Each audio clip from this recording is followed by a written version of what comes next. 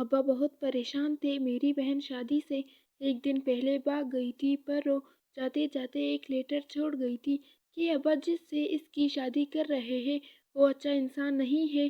پر ابا نے وہ لیٹر پاڑ دیا اور میرے سامنے ہاتھ جوڑ دیے۔ مجبوراً میں مان گئی اور بہن کی جگہ میری شادی ہو گئی۔ شادی کی رات جب شوہر کمرے میں آیا تو میرے پاؤں میں بیٹھ گیا اور بولا، میں تمہیں ایک چیز دینا دکھانا چاہتا ہوں، پر تم مجھ سے خفا مت ہونا، نہ ہی اپنی بہن کی طرح مجھے چھوڑنا۔ میں ڈر گئی اور ہاں میں سر ہلایا۔ جب وہ مجھے لے کر دوسرے کمرے میں گیا اور وہاں کی الماری کھولی، اندر دیکھتے میں برف کی ہو گئی کہ الماری کے اندر ہر طرف میرا نام نازش ہے۔ میرا تعلق اسلام آباد سے ہے۔ ہم دونوں بہنیں تھیں۔ بابا ایک ملٹی نیشنل کمپنی میں جاب کرتے تھے۔ زندگی کی ہر آسائش میسر تھی۔ ہم ایک محلے میں رہتے تھے اور بہت سکون کی زندگی گزر رہی تھی۔ میری بڑی بہن مجھ سے 3 سال بڑی تھی اور بڑی ہونے کی وجہ سے اماں نے میری بہن کو ہمیشہ مجھ پر فوقیت دی۔ میری بہن نے زندگی میں ہر چیز مل جانے کی وجہ سے خود کو ہمیشہ دوسروں سے اعلیٰ سمجھا، اور جب ہم دونوں اسکول جاتی تھی تو میری بہن اسکول میں ایسی لڑکیوں سے دوستی کرتی تھی جن کا اسٹیٹس ہائی کلاس ہوتا، اور ان کی دوستی کچھ عرصہ ہی چلتی، پھر لڑائی جھگڑے پر ختم ہو جاتی۔ ان کی یہ حرکتیں دن بدن بڑھتی جا رہی تھی۔ اسکول سے کمپلین آنے لگی تو میری بڑی بہن ساری بات مجھ پر ڈال دیتی اور بابا سے کہتی کہ مجھے الگ اسکول میں ایڈمیشن کروا دے۔ بابا بہت سمجھاتے تھے کہ تم بڑی ہو، اپنی چھوٹی بہن کا خیال رکھا کرو، تم الٹا اس سے بھی الگ اسکول جانے کی ضد کر رہی ہو۔ وہ بابا کی بات سنتے ہی مجھے بہت غصے سے دیکھتی اور کمرے میں جا کر چیزیں توڑنے لگتی۔ بابا نے اماں سے کہا کہ اسے سمجھانا شروع کرو، اگر یہ اسی طرح اپنی بات منواتی رہی تو ہم بہت نقصان اٹھائیں گے۔ اماں ابا سے کہتی تھی، آپ کو تو پتہ نہیں کیا مسئلہ ہے، چھوٹی سی بات کو کہاں سے کہاں لے کر جا رہے ہیں۔ اس نے ایک اسکول بدلنے کی ہی بات کی ہے تو اس میں کیا برائی ہے؟ آپ کو تو اپنی جان پہچان ہے، کروا دے کسی اچھے اسکول میں داخلہ۔ بابا اماں کی باتیں سن کر خاموش ہو گئے اور پھر میری بہن کو الگ اسکول میں داخل کروا دیا۔ ابھی کچھ دن ہی گزرے، وہ وہاں کے ماحول سے بھی اکتا گئی اور پھر سے اماں کو منانے لگی کہ واپس جمیل والے اسکول میں جانا ہے۔ اس اسکول کی لڑکیاں مجھ سے جیلس ہوتی ہیں اور کہتی ہیں، تم نے ایسا کیا کیا جو اسکول والوں نے نکال دیا؟ مجھ سے اس کی باتیں برداشت نہیں ہوئی اور میں نے اس لڑکی کے منہ پر اپنا جوتا اتار کر مار دیا۔ اماں نے کہا، میں کچھ نہیں کر سکتی۔ پہلے ہی تمہارے بابا سے کہہ کر اتنی مشکل سے اس اسکول میں تمہارا داخلہ کروایا تھا، اور اگر اب میں تمہارے بابا سے بات کروں گی تو بہت خفا ہوں گے۔ بس اب کیسے بھی کر کے تم اسی اسکول میں گزارا کرو۔ میری بہن نے پھر سے بہت کوشش کی کہ اس کی بات مانی جائے، لیکن بابا نے سختی سے کہہ دیا تھا، اگر یہ اسکول چھوڑا تو اسے گھر بٹھا دیں گے۔ اسی وجہ سے اب وہ اسی اسکول جاتی اور روز کسی نہ کسی سے جھگڑا کر کے آ جاتی۔ ہم جس محلے میں رہتے تھے اس جگہ ایک میرا دوست بنا، وہ بہت کیوٹ تھا اور تھا بھی میرا ہم عمر۔ تب ہم بہت چھوٹے تھے۔ میں روز اسکول سے آ کر اس کے ساتھ کھیلتی، کبھی خود اس کے گھر چلی جاتی، اپنے سارے کھلونے اس کے ساتھ شیئر کرتی۔ میری اپنی بہن تو میرے ساتھ بیٹھتی بھی نہیں تھی۔ بابا جو چیزیں ہمارے لیے لے کر آتے وہ اچھی چیزیں اٹھا لیتی اور باقی چھوڑ دیتی کہ یہ چیزیں اس کے معیار کی نہیں ہے، آپ نازش کو دے دیں۔ میں خوشی خوشی بابا کی لائی ہوئی چیزیں لے کر اپنے دوست کے ساتھ کھیلتی۔ ایک دن کھیلتے ہوئے میری چوڑیاں ٹوٹ گئی۔ میرے دوست نے کہا، تم یہ چوڑیاں مجھے دے دو، میں تمہیں نئی چوڑیاں لا کر دوں گا۔ میں کہتی، تم تو چھوٹے سے ہو، کیسے لاؤ گے؟ وہ کہتا تھا کہ میں اپنی اماں سے کہہ کر منگوا لوں گا۔ پھر جب ایک دن وہ نہ آیا تو میں خود اس کی طرف چلی گئی۔ اس کی اماں میرے لیے پیاری پیاری چوڑیاں لے کر آئی تھی۔ میں وہ لے کر گھر آئی اور اگلے دن اسکول چلی گئی۔ سوچا آ کر پہنوں گی، لیکن میں بھول گئی اور پڑھائی میں مصروف ہو گئی۔ پھر جب یاد آیا تو دیکھا میری چوڑیاں ٹوٹی ہوئی تھی۔ میں نے اپنی بہن سے پوچھا تو اس نے کہا، تم کب سے اتنے چیپ کلر کی چوڑیاں پہننے لگی؟ ایسی چیزیں پہننے سے پہلے یہ دیکھ لیا کرو کہ تم بہن کس کی ہو۔ میں نے کہا، وہ میری چیزیں ہیں، میری مرضی، جیسی مرضی پہنوں، تم اپنے کام سے کام رکھا کرو، کبھی میں نے بھی تمہاری کسی چیز کو ہاتھ لگایا ہے؟ وہ کہنے لگی، بس کرو، میں تو جو چیز ایک بار استعمال کر لوں تو دوبارہ اس کی طرف دیکھتی بھی نہیں، اور ویسے بھی میری چوائس تم جیسی نہیں ہے۔ پھر ایک دن اماں نے کہا کہ ہم بہت جلد دوسرے شہر شفٹ ہو رہے ہیں، تم دونوں تیاری کر لو۔ میں نے کہا اماں مجھے کہیں نہیں جانا، یہ سب ٹھیک ہے، آپ بابا کو سمجھائے نا۔ لیکن میری بہن نے کہا کوئی ضرورت نہیں، یہ ہے تو ہے ہی احمق، آپ بابا سے کچھ نہیں کہے گی، ویسے بھی میں یہاں کے ماحول سے بہت بور ہو چکی ہوں، میں ابھی چینج ہونا چاہتی ہوں۔ پھر ہم نے وہ محلہ چھوڑ دیا اور ہمیشہ کے لیے اسلام آباد آ گئے۔ یہاں بھی سب بہت اچھا تھا، لیکن میرا دل بہت اداس تھا۔ لیکن میری بہن بہت خوش تھی، اسے اس کی جیسی دوست مل گئی تھی۔ وہ اب جب بھی اسکول جاتی تو اپنی فرینڈز کے ساتھ ان کے گھر چلی جاتی، وہ اپنی مرضی سے گھر آتی۔ بابا نے بہت کہا کہ نازش کے ساتھ سیدھی گھر آیا کرو، اور میری بہن مجھے غصے سے دیکھتی اور کہتی تم اپنی زبان بند نہیں کر سکتی تھی؟ اگر آج کے بعد بابا کو کچھ بھی بتائے تو مجھ سے برا کوئی نہیں ہوگا۔ ہمیں یہاں آئے کافی عرصہ گزر چکا تھا، ہم کالج جاتی تھی، میرے ایگزامز چل رہے تھے، میری بہن کو اب پڑھائی سے کوئی سروکار نہیں تھا، اور جب میں پڑھنے بیٹھتی تو میری کتاب چھین لیتی اور کہتی کیا کرو گی اتنا پڑھ کر، مجھے دیکھو کیسے اپنی زندگی انجوائے کر رہی ہوں، باہر نکلا کرو، فرینڈز کے ساتھ گھوما پھرا کرو، تمہیں بھی باہر کی دنیا کا کچھ پتہ چلے۔ میں نے کہا مجھے صرف اپنی پڑھائی پر توجہ دینی ہے، اور پلیز تم بھی تھوڑا دھیان دے دو، پیپرز ہونے والے ہیں۔ وہ کہتی میری فکر نہ کرو، میں چاہوں تو ایگزام دیے بنا ہی پاس ہو جاؤں۔ میں سر پکڑ کر بیٹھ جاتی اور سوچتی اس لڑکی کا کیا بنے گا، نہ جانے کیسے لوگوں میں اٹھنے بیٹھنے لگی ہے۔ کچھ دنوں سے میں نوٹ کر رہی تھی کہ میری بڑی بہن رات رات بھر فون پر بزی رہتی ہے اور کسی لڑکے سے باتیں کرتی ہے۔ میں جب پوچھتی تو کہتی اپنے کام سے کام رکھو، میرے معاملات سے دور رہو تو تمہارے لیے بہتر ہوگا، اور میں خاموش ہو جاتی۔ میرے پیپرز بہت اچھے ہوئے تھے اور اعلیٰ پوزیشن لی تھی، میں بہت خوش تھی، لیکن میری بہن بھی پاس ہو چکی تھی۔ لیکن مجھے حیرت اس بات کی تھی کہ اس نے تو کبھی کتاب کھول کر بھی نہیں دیکھی، پھر پاس کیسے ہو گئی؟ اس کے پاس ہونے کی خوشی میں اس کے دوستوں نے ایک پارٹی ارینج کی تھی، اور میری بہن اس بات سے بہت خوش تھی۔ میں نے بہت روکنے کی کوشش کی، اسے سمجھایا کہ جن لوگوں سے تم میل جول بڑھا رہی ہو وہ تو اچھے لوگ نہیں ہیں، ان سے دور رہو ورنہ وہ تمہیں بیچ دیں گے اور تمہیں خبر بھی نہیں ہوگی۔ میری بہن نے مجھے تھپڑ مارا اور کہا تمہاری اتنی اوقات، مجھ سے الجھ رہی ہو، تم ابھی مجھے جانتی نہیں ہو، اور میں غصے سے باہر نکل گئی۔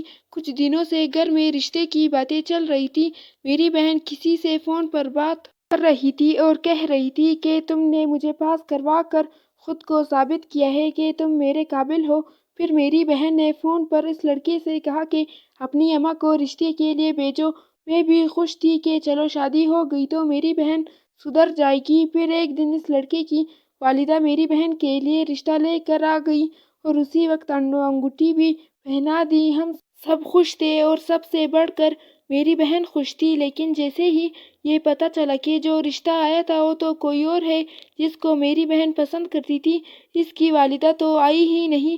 میری بہن نے گھر میں ہنگامہ کھڑا کر دیا اور کہا کہ اس رشتے سے منع کر دے، مگر بابا نے کہا یہ کوئی اسکول میں داخلہ کروانے جیسی بات تو نہیں ہے کہ تم یہ پسند نہیں تو کوئی اور لے آئیں گے۔ بابا نے کہا میں نے زبان دی ہے، بہت اچھے لوگ ہیں، میں خود ملا ہوں، لڑکے سے اتنا انٹیلیجنٹ لڑکا ہے، بہت کم عرصے میں اس نے اپنا ایک نام بنایا ہے۔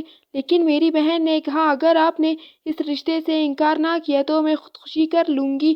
بابا نے کہا جو کرنا ہے کر لو، ہر بات تمہاری نہیں مانی جا سکتی، میں تمہارا باپ ہوں اور مجھے پورا اختیار ہے، مجھے بہتر لگے تمہارے لیے وہ کروں۔ اماں نے بھی سمجھایا لیکن وہ نہ مانی اور خود کو کمرے میں بند کر لیا۔ ہم سب میری بہن کی وجہ سے بہت پریشان تھے، کیونکہ وہ کسی کی نہیں سنتی تھی، ہمیشہ اپنی منواتی تھی، اور اب وہ اتنی خود سر اور نافرمان ہو چکی تھی کہ اسے ابا کی عزت کا بھی پاس نہیں رہا تھا، اور بابا کی آنکھوں میں دیکھ کر بات کرتی۔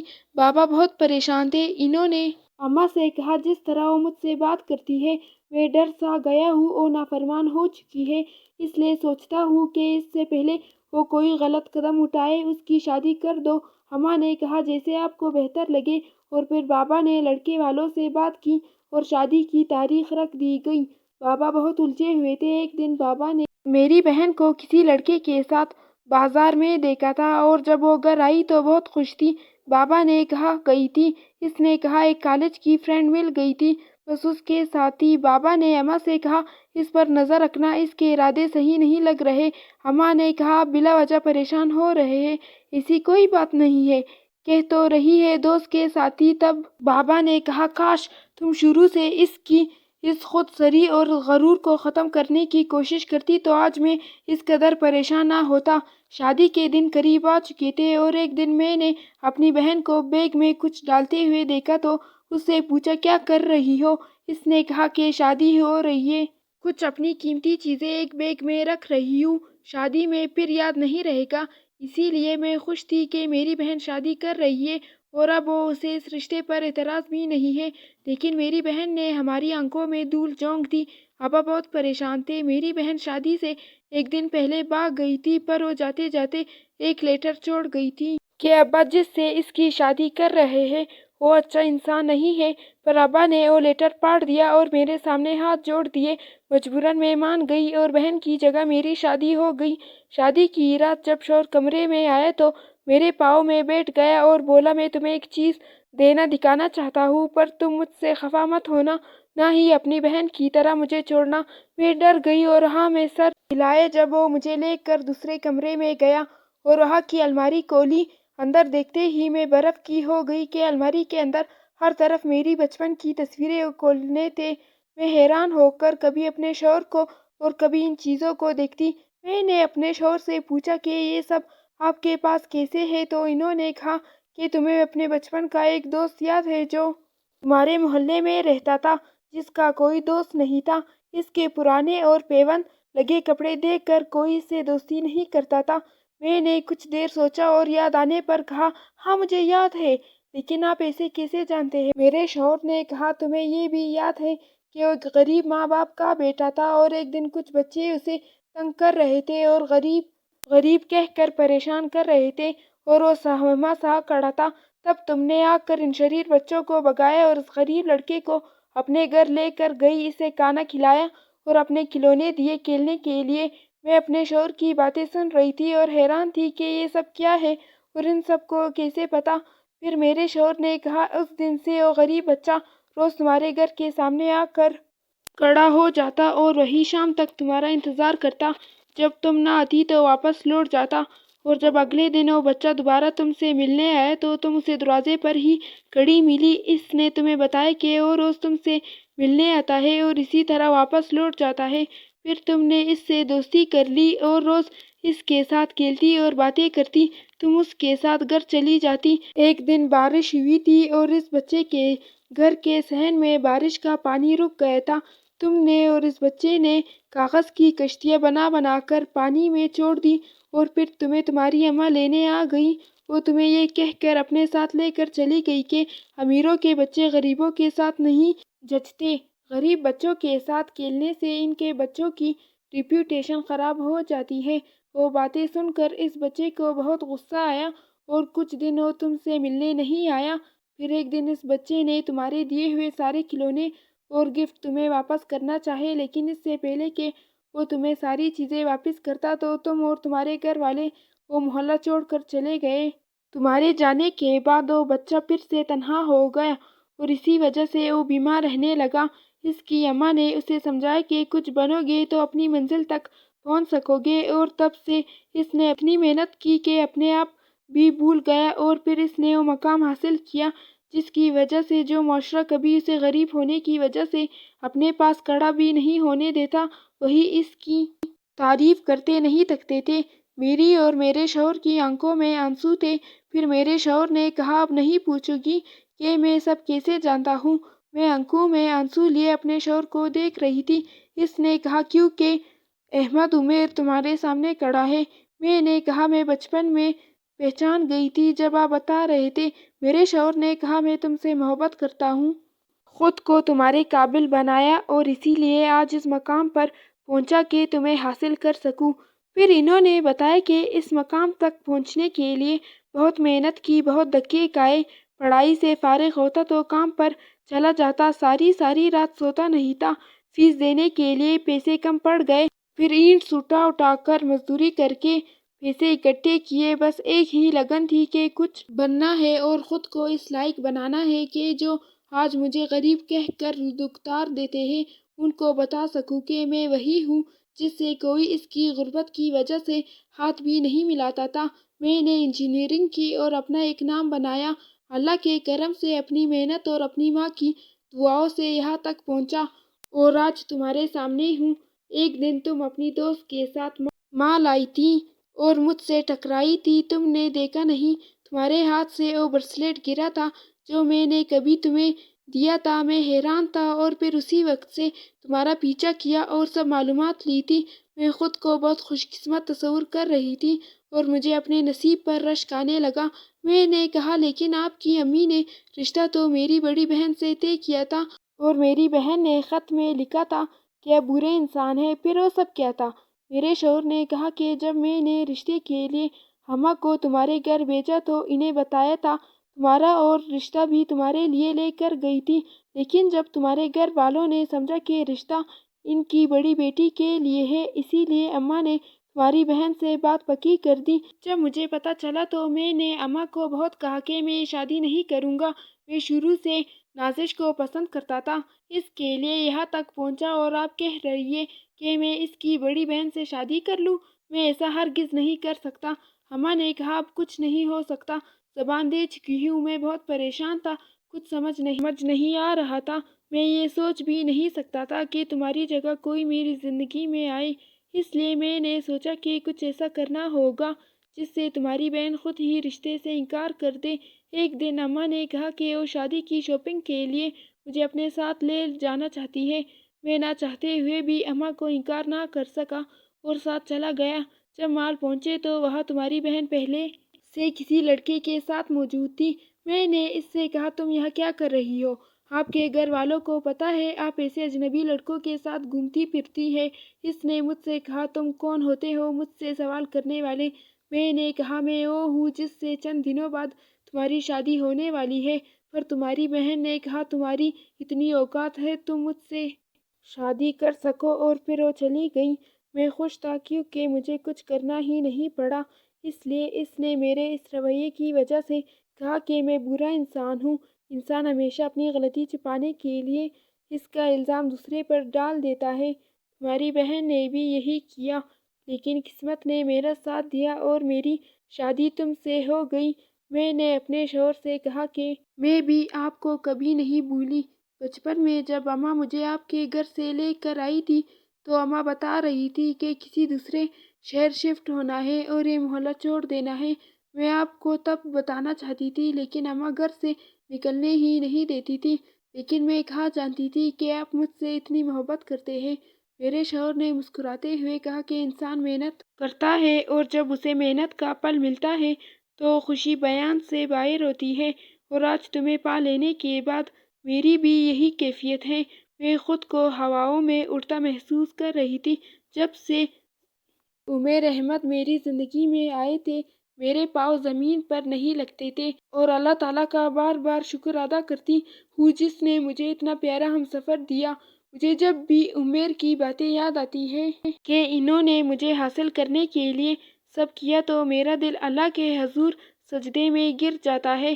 انسان جہاں بھی ہو لیکن اس کا نصیب اسے اس انسان تک لے ہی آتا ہے جسے اللہ نے اس کے لیے لکھا ہو۔ میری بہن نے عمر جیسے ہیرے کو ٹھکرا کر جس انسان کا انتخاب کیا تھا، وہ پہلے کئی لڑکیوں کو محبت کا ناٹک کر کے پیسے بٹورتے تھے اور جب سے اس کی منہ مانگی قیمت نہ ملتی تو ان کو جان سے مارنے کی دھمکی دیتا اور بلیک میل کرتا، جس کی وجہ سے وہ پیسے دینے پر مجبور ہو جاتی اور لڑکیوں کے ذریعے ڈرگ سپلائی کرواتا۔ اس بات کا جب میری بہن کو پتہ چلا تو اس کے ان دونوں کا جھگڑا رہنے لگا اور میری بہن کا شوہر اسے ذہنی ٹارچر کرتا اور اسے ڈرگ وغیرہ سپلائی کرنے کے لیے استعمال کرتا۔